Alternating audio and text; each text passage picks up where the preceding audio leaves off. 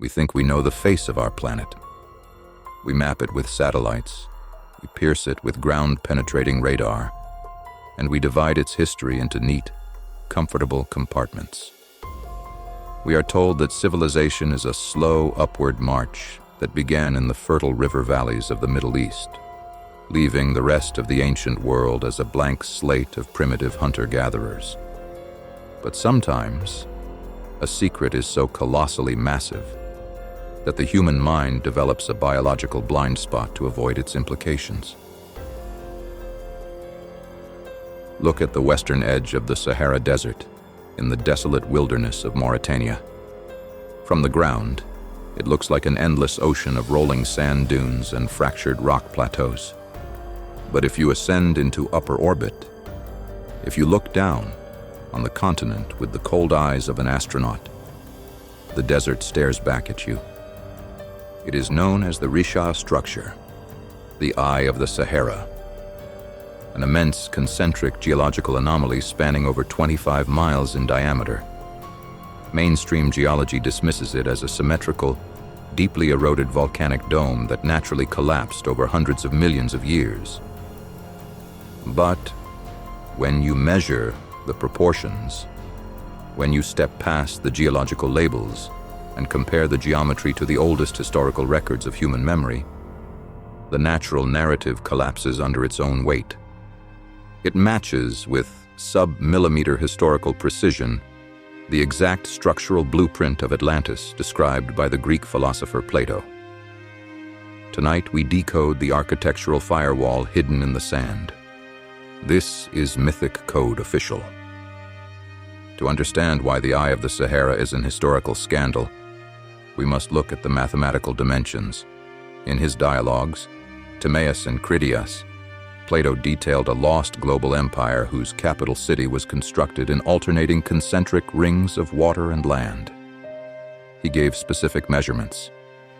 He stated that the central island was 5 stadia in diameter, and that the entire city spanned a total of 120 stadia. When converted to modern metrics, that equals approximately 23.5 kilometers. The diameter of the Richat Structure's primary ring system, 23.5 kilometers. To call this a pure random coincidence of volcanic erosion is a statistical insult, but the geometric match deepens. Plato stated that the capital opened to the sea through a massive channel to the south and was surrounded by mountains to the north that shielded it from the cold winds. If you analyze the topography of the Richat Structure today, the northern ridge is flanked by high, jagged mountain remnants, while the southern gap opens into a vast, flat plain that leads directly down to the Atlantic Ocean. The physical site acts as a geographical mirror to a story we were told to treat as a myth. It is a physical archive that refuses to be erased by the sands of time. But true engineering precision is found in the material matrix. The mainstream narrative treats Atlantis as a fictional paradise made of marble and gold. But the text states that the builders constructed their fortresses out of stone quarried from native rock. Stone that was uniquely colored black, red, and white. If you travel into the heavy parched air of the Richat Rings today, you are not walking on uniform desert sand. You are walking on a geological anomaly of starkly contrasting minerals. The ridges are composed of dark gray and deep black volcanic basalt. Interlocking with these dark formations are vast stretches of iron-rich, blood-red sedimentary rock and breccia, interspersed with bright white quartzite and evaporate salt flats. The very ground is a physical manifestation of the colors described over 2,000 years ago. Furthermore, the site is rich in anomalous black magnetic minerals and iron slag that modern geologists label as natural formations, but metallic analysts note resemble industrial byproduct. The architects of this grid didn't need to import materials. They used the natural chemistry of a volcanic upwelling to forge a structural foundation that would survive for millennia after the water dried up. How does a massive maritime capital, once surrounded by rings of rushing water, end up stranded hundreds of miles inland in the middle of the most arid desert on Earth. Mainstream timelines claim the Sahara has been a dry wasteland for millions of years, barring short green periods. But paleohydrology tells a different story.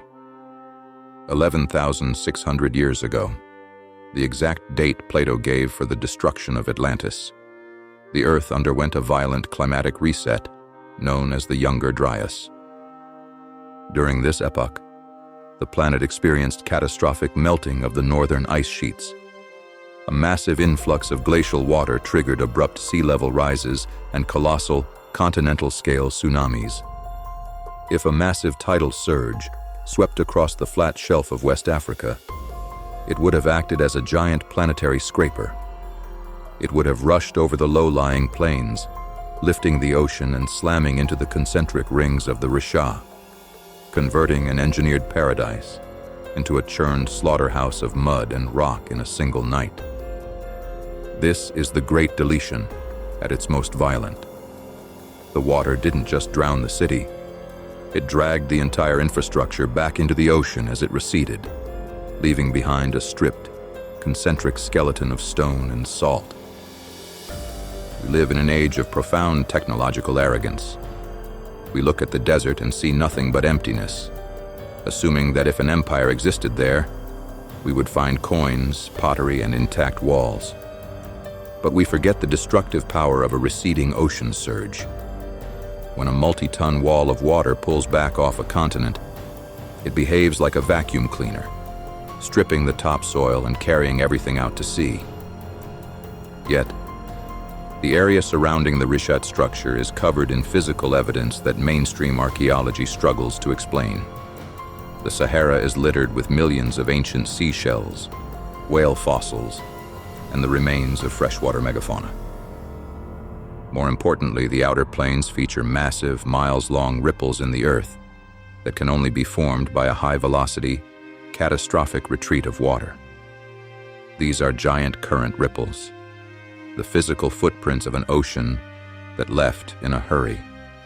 We look at the smooth, concentric ridges of the eye and call them natural layers of rock, but we are looking at the ancient foundation of an oceanic hub that was completely cleaned out by a planetary reset. It is a dead circuit board, where the copper traces have been sand-blasted away by 11,000 years of desert wind.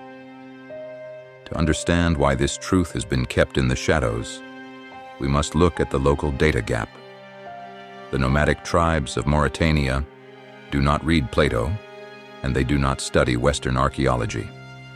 Yet their ancient oral history refers to the region surrounding the Richat as an ancient place of power, a land once governed by a race of giant kings who possessed wealth beyond measure. The name of the first king of Atlantis, according to Greek records, was Atlas. Now look at the map of West Africa.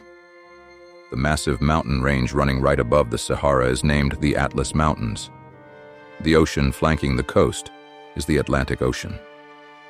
The local king of the Mari tribes during ancient Roman times was King Atlas, renowned for his knowledge of astronomy and geometry. The linguistic firewall is non-existent. The clues are hidden in plain sight, stitched into the very geography of the continent. True power doesn't write its history in textbooks that can be altered or burned. It burns its name into the mountains and the oceans, so that even when the memory dies, the map continues to broadcast the truth. The Richat Structure is a tactical psychological weapon against our modern vanity. We are comforted by the idea that we are the pinnacle of human achievement, that history is a straight line moving cleanly from primitive cavemen to our high-tech digital grid. This model allows us to sleep soundly, believing our knowledge is safe because it is stored on servers and fiber optic networks. But the eye of the Sahara is a silent, geometric warning that our timeline is cyclical. If the crust shifts, if the oceans rise, our coastal megacities vanish in a matter of days.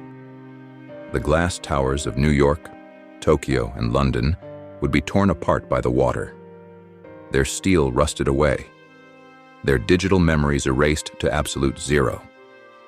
Within 10,000 years, the relentless forces of nature would turn our financial centers into flat layers of silt and sand.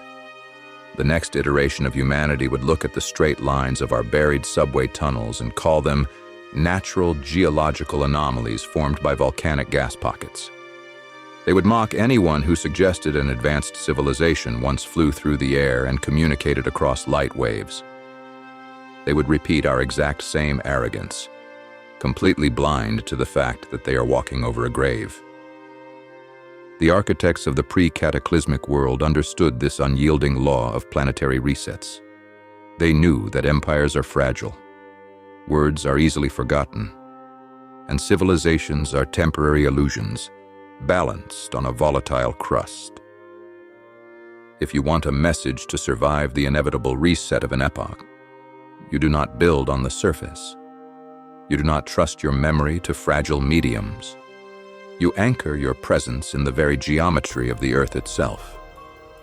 The eye of the Sahara sits quietly in the desert, an immense, unyielding broadcast of perfect concentric symmetry.